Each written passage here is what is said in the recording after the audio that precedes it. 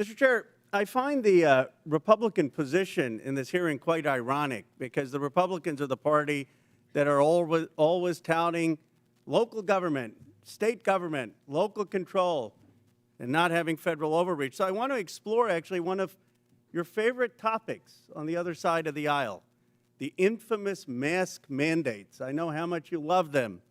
When CDC came out with the mask mandate order of January 29, 2021, they said that we needed to have fines of $1,500 for anyone who didn't wear a mask on a plane or in a public space. And they said that there needed to be referred criminally to the Transportation Authority if they violated it more than once. Now, Governor Abbott said in Executive Order 38, we're not going to enforce, we're not going to have our cities enforce the mask mandate. And Governor DeSantis said the same thing. We're not going to have our local police enforce the mandate. I want to ask Mayor Adams and Mayor Wu, because you had slightly different views on the mask mandate, but Mayor Adams, you were actually praised in New York for saying we are going to take away some of these mask mandates earlier so businesses can open and there can be a revival in New York. Did you ever, in law enforcement, to your knowledge, enforce the CDC mask mandate and ask your law enforcement to fine people who didn't wear a mask $1,500? What we did was looked at the science and looked at how it will impact business, and after issuing warnings in education. But I think it's fair to say, Mayor, right, you never referred anyone to the Transportation Department for prosecution, and you never had local police out there saying we're going to fine people $1,500 with the CDC mandate. The goal was to always ensure that people will carry out the procedure, and we did several education and warning in the process. Mayor Wu, you were a great advocate of masks and looked at the science. Do you know if your city government actually ever used police resources to carry out the CDC or Transportation Department's mask mandate where they were fining $1,500 or referring for criminal prosecution?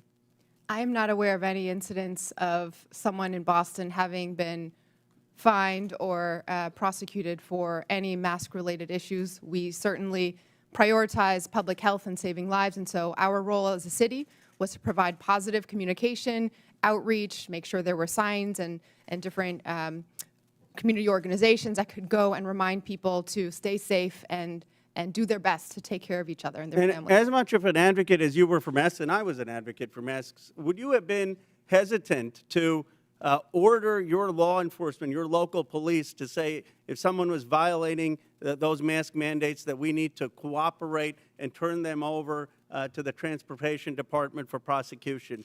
Would that have given you some pause if the federal government were saying use your police departments to fine people $1,500 and give us their records for criminal prosecution? Yes, it would have.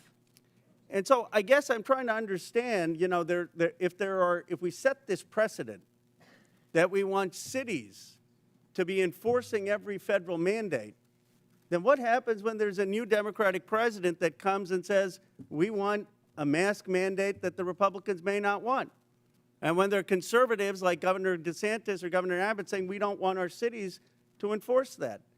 Do you see, Mayor Wu, any difference between a federal government asking you to enforce laws that ICE is doing versus a federal government asking you to enforce a mask mandate or, frankly, to enforce gun laws that may not be what your local city department is focused on?